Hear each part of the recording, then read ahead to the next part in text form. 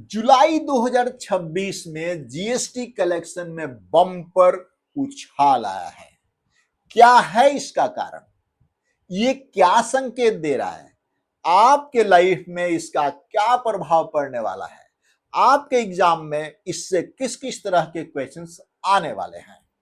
मैं हूं professor Hareram Sinha from university of Delhi और आज के इस लेक्चर में हम इन्हीं सारी बिंदुओं पे चर्चा करने जा रहे हैं। तो बच्चों, बिना देर के हुए चलते हैं स्क्रीन पे। लेकिन उसके पहले आपसे एक रिक्वेस्ट है कि यदि आप इस चैनल पे नए हैं तो चैनल को सब्सक्राइब करके बेल आइकन दबाना ना भूलें बच्चों। वीडियो को लाइक एंड शेयर भी जरूर करें। तो बच्चों, जिस तरीके से मैंने आप लोगों को बताया है कि जुलाई 2026 में जीएसटी कलेक्शन में बम्पर उछाल आया है और ये कलेक्शन यानी जीएसटी कलेक्शन 2.11 लाख करोड़ तक पहुंच गया बच्चों। कहां तक पहुंचा? 2.11 लाख करोड़ तक पहुंच गया। यदि इसको हम प्रीवियस ईयर जुलाई से कंपेयर करें, यानी 2025 के जुलाई से यदि हम इसकी तुलना करते हैं तो उसके मुकाबले इस बार ये 15.4% की वृद्धि इसमें दर्ज की गई है। यानी जुलाई 2025 में जितना जीएसटी कलेक्शन हुआ था उससे इस बार 15.4% की वृद्धि दर्ज की गई है। और मैं आपको बताऊं कि ये जो वृद्धि दर्ज की गई है उसमें ये देखिए, घरेलू लेन देन और आयात से प्राप्त जीएसटी इसमें शामिल है। मतलब घरेलू लेन देन से जो जीएसटी आता है एंड आयात से जो जीएसटी आता है उसका सबसे बड़ा योगदान इसमें है। यानी इस जीएसटी उछाल का सबसे बड़ा कारण घरेलू लेन देन से जो जीएसटी आता है एंड आयात से जो जीएसटी आता है वो शामिल है। अब बच्चों, सबसे पहले चूंकि हम एग्जाम के पॉइंट ऑफ व्यू से पढ़ा रहे हैं इसलिए आपको जानना है कि जीएसटी है क्या। चलिए, जीएसटी एक्चुअली में एक अप्रत्यक्ष कर है, यानी इनडायरेक्ट टैक्स है। जीएसटी एक इनडायरेक्ट टैक्स है जो वस्तुओं और सेवाओं के आपूर्ति पे लगाया जाता है। क्या है बच्चों?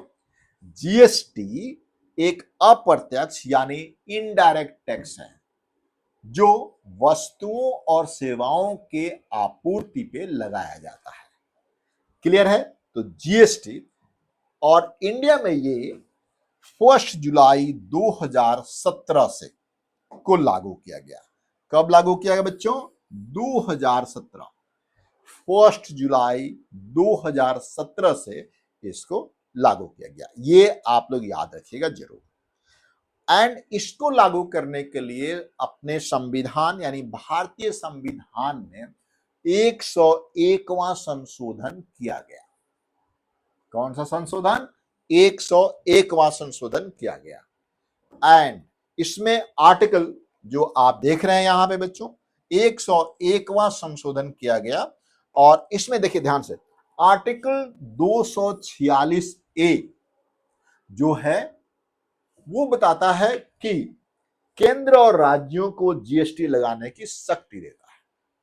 यानी आर्टिकल 246 ए केंद्र सरकार और राज्य सरकार को अपने अपने ज्यूरिडिक्शन में, अपने अपने क्षेत्र में जीएसटी लगाने की शक्ति देता है। पहली बात तो यहां पे 2-3 चीजें अभी तक मैंने बताई। एक तो ये 1 जुलाई 2017 को लागू किया गया और इसको लागू करने के लिए संविधान में 101वां संशोधन किया गया और उसमें आर्टिकल 246 ए 246 ए जो है वो केंद्र और राज्यों दोनों को जीएसटी लगाने का अधिकार देता है, यानी शक्ति देता है। इसके बाद आर्टिकल 269 ए आप देख सकते हैं। 269 ए ये अंतरराज्यीय व्यापार, अंतरराष्ट्रीय नहीं, ध्यान रखिएगा, ये अंतरराज्यीय व्यापार व्यापार यानी बिहार और यूपी में जो ट्रेड होता है, यूपी और दिल्ली में जो ट्रेड होता है, दिल्ली और पंजाब से जो ट्रेड होता है, दिल्ली और तमिलनाडु से जो ट्रेड होता है, उस पे टैक्स लगाने का शक्ति देता है। तो आर्टिकल 246 ए केंद्र और राज्यों को जीएसटी लगाने की शक्ति देता है। आर्टिकल 269 ए अंतरराज्यीय व्यापार पर जीएसटी लगाने की शक्ति देता है and article 279 A GST council बनाने का प्रोविजन करता है। आर्टिकल 279 ए जीएसटी काउंसिल बनाने का प्रोविजन करता है। ये क्लियर है? अब आगे देखते हैं इसमें और क्या है। ये आगे देखिए 2026 में जुलाई 2026 जिसकी हम बात कर रहे हैं, जिसमें बम्पर जीएसटी कलेक्शन हुआ है, हम यहां पे देखने की कोशिश करेंगे इसका क्या कारण है। मतलब जुलाई में इतना ज्यादा कलेक्शन का रीजन क्या है, यहां पे सबसे पहले देखते हैं। सबसे पहले आपके स्क्रीन पे है, आप इसे देख सकते हैं। इसका सबसे पहला रीजन है डोमेस्टिक इकोनॉमिक एक्टिविटीज में काफी वृद्धि हुई है। मतलब इकोनॉमी के अंदर जो इकोनॉमिक एक्टिविटीज है, जैसे व्यापार है, प्रोडक्शन है, कंजम्पशन है, इन सब में काफी वृद्धि हुई है। तो इकोनॉमिक एक्टिविटीज क्या होता है? इकोनॉमिक एक्टिविटीज को मेनली आप तीन पार्ट में डिवाइड करते हैं। कौन कौन सा होता है? Production, consumption and capital formation. इसमें काफी वृद्धि हुआ है जिसके वजह से जीएसटी कलेक्शन में काफी उछाल आया है। आगे देखिए टैक्स कलेक्शन में भी काफी सुधार के वजह से जीएसटी कलेक्शन में काफी उछाल आया है। डिजिटल मॉनिटरिंग, अब यहां पे पहले क्या होता था बच्चों कि पहले मैनुअल वो होता था, मॉनिटरिंग होता था। तो कई लोग टैक्स देते थे, कई लोग टैक्स नहीं देते थे। एक आदमी के पास कई सारे बिजनेसेस हैं, तो कुछ बिजनेस पे उसने टैक्स दे दिया, कुछ में टैक्स नहीं दिया। अब क्या हो गया, अब डिजिटल मॉनिटरिंग शुरू हो गई है। तो इससे बहुत कम चांस होता है कि कोई आदमी टैक्स दिए बिना बच जाए। इसकी बहुत कम चांसेस होती हैं, इसलिए इतना टैक्स मतलब जीएसटी कलेक्शन में काफी उछाल आया है। आगे देखिए इंपोर्ट से आईजीएसटी में काफी वृद्धि हुआ है। Integrated goods and service tax, IGST integrated goods and service tax में काफी वृद्धि हुआ है और ये इंपोर्ट से हुआ है। यानी इसमें हमें ज्यादा खुश होने की जरूरत नहीं है, क्योंकि इंपोर्ट किसी भी इकोनॉमी के लिए जरूरत से ज्यादा इंपोर्ट या फिर एक्सपोर्ट से ज्यादा इंपोर्ट किसी भी इकोनॉमी के लिए अच्छी बात नहीं है। लेकिन चूंकि हम यहाँ पे जीएसटी कलेक्शन की बात कर रहे हैं, इसलिए हम उसकी चर्चा यहाँ पे नहीं करेंगे। हम ये देख रहे हैं कि जीएसटी कलेक्शन में इतना बड़ा उछाल क्यों हुआ है। तो पहला रीजन क्या था? इकोनॉमिक एक्टिविटीज में वृद्धि। दूसरा रीजन क्या था? टैक्स कलेक्शन में वृद्धि। तीसरा डिजिटल मॉनिटरिंग। चौथा आपके पास इंपोर्ट से जो जीएसटी आया है उसमें भी काफी वृद्धि हुआ है। अब आगे देखिए यहां पे आप देखिए कि जीएसटी बढ़ना इकोनॉमी के लिए क्यों महत्वपूर्ण है। हम इतना खुश हो रहे हैं कि जीएसटी में काफी बड़ा उछाल आया है, 15% का उछाल आया यदि हम पिछले साल के जुलाई से कंपेयर करते हैं। तो इतना महत्वपूर्ण क्यों है? तो मैं आपको सबसे पहले बताऊं कि जो जीएसटी है, गुड्स एंड सर्विस टैक्स है, एक्चुअली ये कंजम्पशन बेस्ड टैक्स है। तो जब ये बढ़ता है तो ये कंजम्पशन के बढ़ने का संकेत देता है। आई रिपीट अगेन, यदि ये बढ़ता है यानी जीएसटी कलेक्शन बढ़ता है तो कंजम्पशन के बढ़ने का संकेत देता है।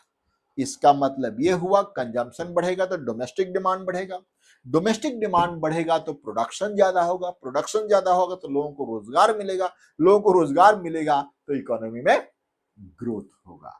तो ये आपको ध्यान रखना है, मजबूत कंजम्पशन के संकेत है। ये क्या है? मजबूत कंजम्पशन के संकेत है।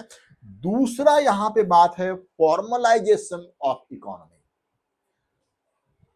आपने इकोनॉमिक्स में पढ़ा है या इंडियन इकोनॉमी में भी पढ़ा है कि इंडिया में दो तरह के वो है, एक तो फॉर्मल इकोनॉमी जो रजिस्टर्ड है, जो प्रॉपर टैक्स देते हैं, जो वर्कर्स को उनके हिस्से की वेज देते हैं, उनकी प्रॉपर छुट्टियां देते हैं, वो प्रॉपर रिटर्न होता है फॉर्मल इकोनॉमी। एक दूसरी तरह की भी इकोनॉमी है इंडिया में जिसे हम इनफॉर्मल इकोनॉमी बोलते हैं।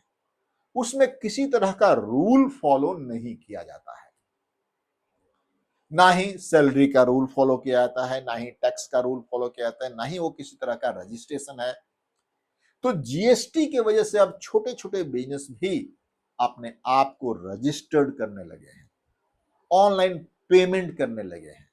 इसके वजह से काफी मतलब जो इनफॉर्मल सेक्टर में इकोनॉमी थी, जो इनफॉर्मल सेक्टर में इकोनॉमिक एक्टिविटीज होती थी, अब वो फॉर्मल सेक्टर में धीरे धीरे आने लगी है। इसके वजह से इसका यही रीजन है कि जीएसटी का बढ़ना बहुत ही अच्छी बात है। अब देखिए, अब अच्छी बात है, आप जैसे आप छोटे बिजनेसमैन हैं, आपको जीएसटी में रजिस्टर कराना पड़ा, आपको थोड़ी देर के लिए बुरा लगेगा, लेकिन जो आपके साथ काम करता है बंदा, जो वर्कर आपके साथ 10 20 50 लोग काम करते हैं, उनके लिए वो बेहतर है, क्योंकि अब उनको आपको सारे रूल्स फॉलो करने पड़ेंगे, मिनिमम वेज कम से कम आपको देना पड़ेगा। तो वर्कर्स के लिए बेहतर है और सरकार के लिए भी बेहतर है, क्योंकि आप जब इनकम कमाएंगे तो सरकार को भी टैक्स देंगे, जब सरकार को टैक्स देंगे तो इंफ्रास्ट्रक्चर बेहतर होगा, गवर्नेंस बेहतर होगा और आपकी भी लाइफ बेहतर होगी। ठीक है, फिस्कल डेफिसिट भी इसके वजह से कम होगा, क्योंकि रेवेन्यू अब आएगा। जीएसटी कलेक्शन बढ़ने का मतलब कि सरकार के पास रेवेन्यू आ रहा है, टैक्स रेवेन्यू आ रहा है। तो पहले यदि आपके पास डेफिसिट यानी सरकार घाटे में चल रही थी, तो अब रेवेन्यू आएगा तो सरकार का घाटा कम होगा। ठीक है बच्चों, आगे देखते हैं। इसके बाद आप देखिए जीएसटी की क्या क्या उपलब्धियां रही हैं। लास्ट में हम इसकी बात कर रहे हैं।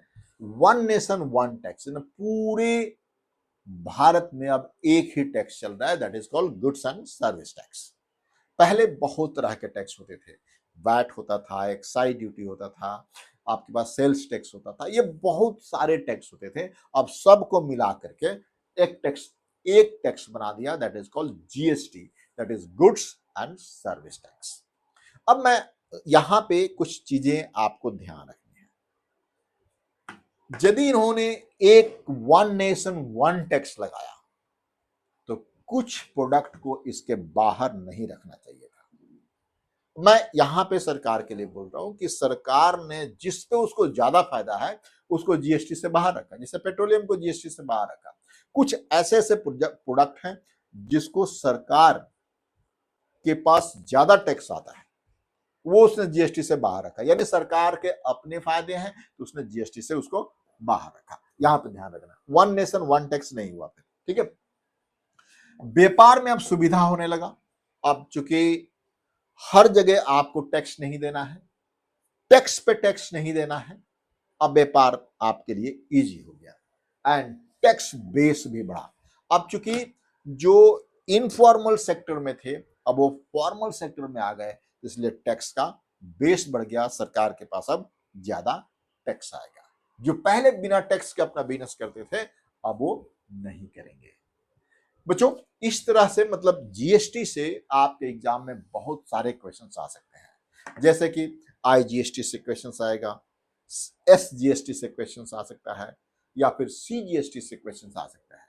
लॉन्ग में यदि आप मेंस की क्वेश्चन की बात करें तो यहां पे मतलब जीएसटी से, जीएसटी क्या है, इसकी विशेषताएं क्या है और ये भारत के बिजनेस करने के तरीके को किस तरीके से बदला है, इसका आलोचनात्मक विश्लेषण कीजिए।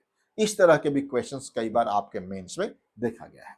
बच्चों, जो मैं हमारा इकोनॉमी जीएस का जो बैच आ रहा है उसमें हम आपके साथ प्रॉपर आंसर राइटिंग की प्रैक्टिस कराएंगे और मैं पर्सनली आपके आंसर को इवैल्यूएट करूंगा, आपके उत्तर का जांच करूंगा और हर पॉइंट बताऊंगा कि आप कहां पे आप इंप्रूव कर सकते हैं। तो बच्चों जल्दी ही अनाउंस कर रहा हूं, वेट करिए। इकोनॉमी जीएस का बैच आ रहा है मेरा, जिसमें मैं आपको बिल्कुल बेसिक से एडवांस लेवल तक पढ़ा रहा हूं। थैंक यू बच्चों, थैंक यू।